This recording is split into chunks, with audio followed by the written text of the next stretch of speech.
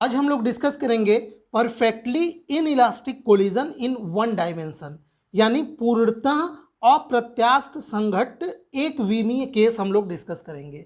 पिछले टर्न पर हमने परफेक्टली इलास्टिक कोलिजन डिस्कस किया था और हमने बताया था कि मैथमेटिकली परफेक्टली इलास्टिक कोलिजन का मतलब हुआ कि उस पूरे कोलिजन के प्रोसेस में लीनियर मोमेंटम और काइनेटिक एनर्जी यानी रेखीय संवेग और गतिज ऊर्जा दोनों कंजर्व होंगे। लेकिन यहाँ पे आज हम लोग जो केस डिस्कस कर रहे हैं इसमें perfectly in elastic collision discuss कर रहे हैं।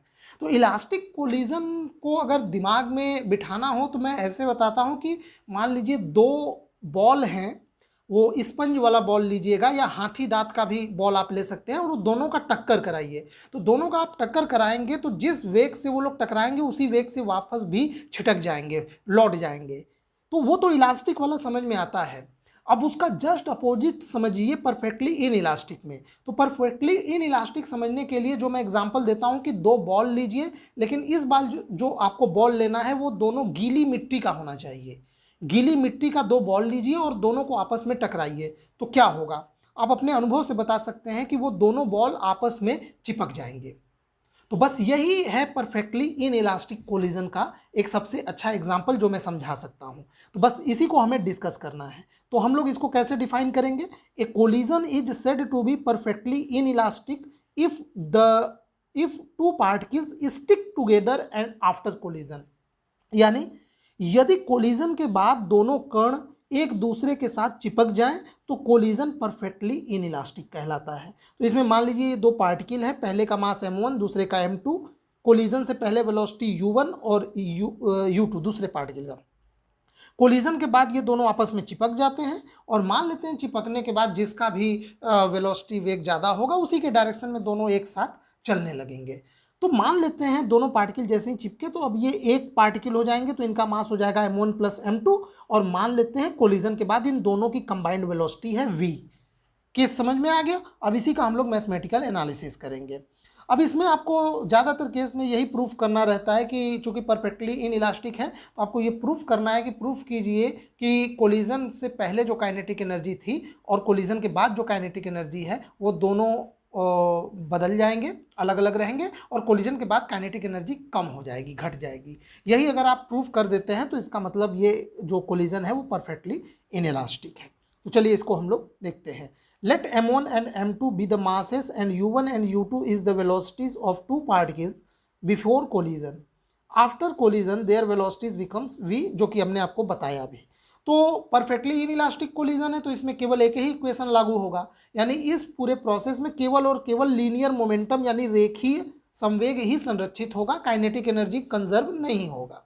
ठीक, तो केवल एक इक्वेशन हम लोग लगाएंगे, तो law of conservation of linear momentum. तो कोलिजन से पहले linear momentum m1 u1 plus m2 u2, collision के बाद momentum linear m1 v into plus m2 v, क्योंकि वेलोसिटी तो v ही है दोनों की फाइनली। तो अब यहाँ से v की वैल्यू निकाल लेते हैं, तो ये वैल्यू आ गया, इसको हम इक्वेशन नंबर 1 करते हैं। अब हम लोग काइनेटिक एनर्जी यानी गतिज ऊर्जा निकालेंगे कोलिजन से पहले, फिर काइनेटिक एनर्जी निकालेंगे कोलिजन के बाद, और फिर देखेंगे किस केस में काइनेटिक एनर्जी क्या हो जाता है। तो कोलिजन से पहले काइनेटिक एनर्जी आएगा half m1 u1 square plus half m2 u2 square दोनों पार्टिकल का। कोलिजन के बाद दोनों पार्टिकल का काइनेटिक एनर्जी ऐड कीजिए, half m1 v square plus half m2 v square.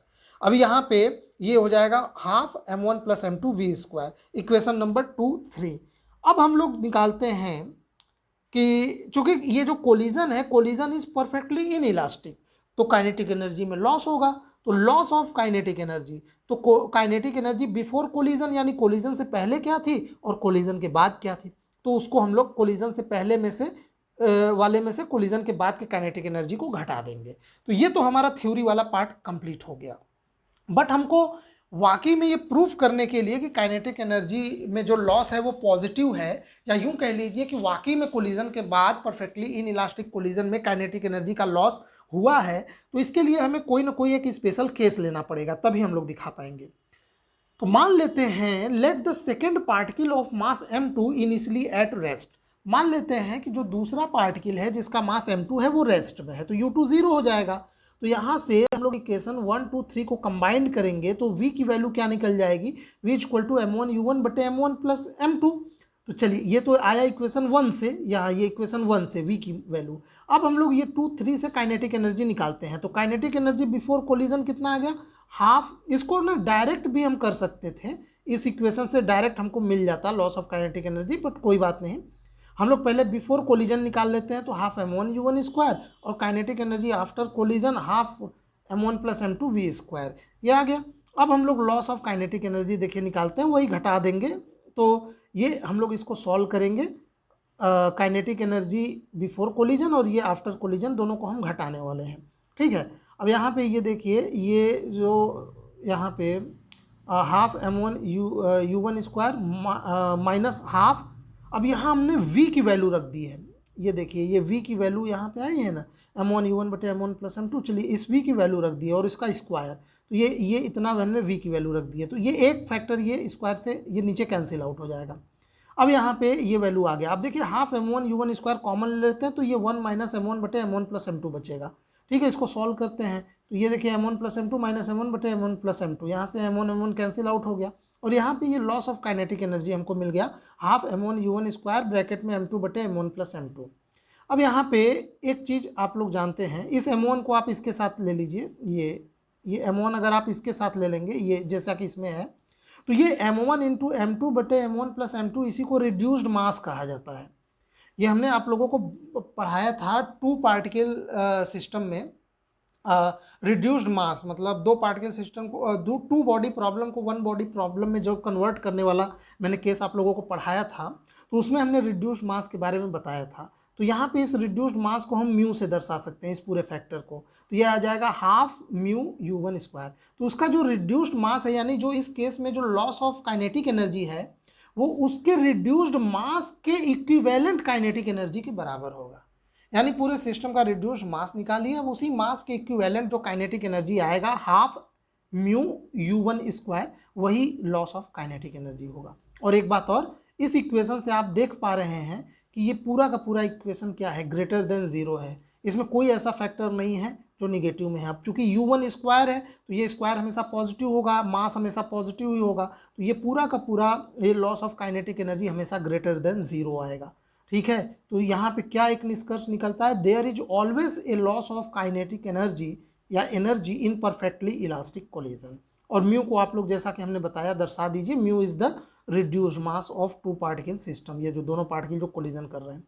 अब हम लोग एक फैक्टर निकालते हैं, ये प्रूफ करने के लिए हम लोग क्या करेंगे कि काइनेटिक एनर्जी आफ्टर कोलिजन और बिफोर कोलिजन को डिवाइड करते हैं।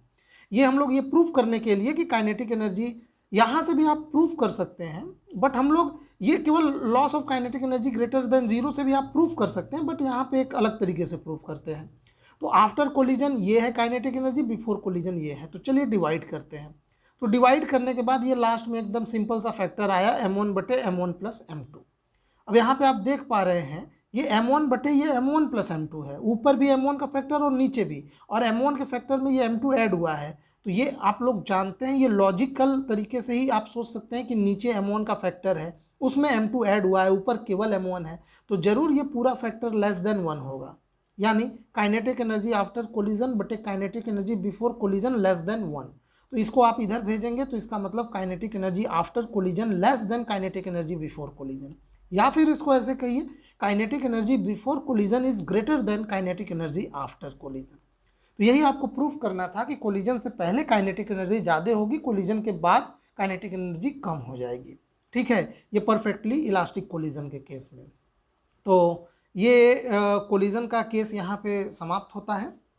उम्मीद करता हूँ कि आपको ये सेगमेंट पसंद आया होगा, और ये सारे वीडियोस आपको हमारे प्लेलिस्ट में यूनिट वाइज अरेंज करके मिल जाएंगे।